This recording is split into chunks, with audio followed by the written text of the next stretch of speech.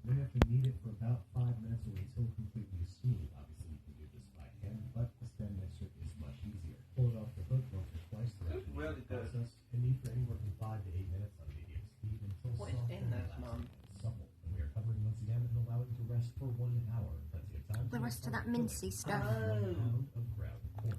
Plop that into a large bowl and start This adding is good.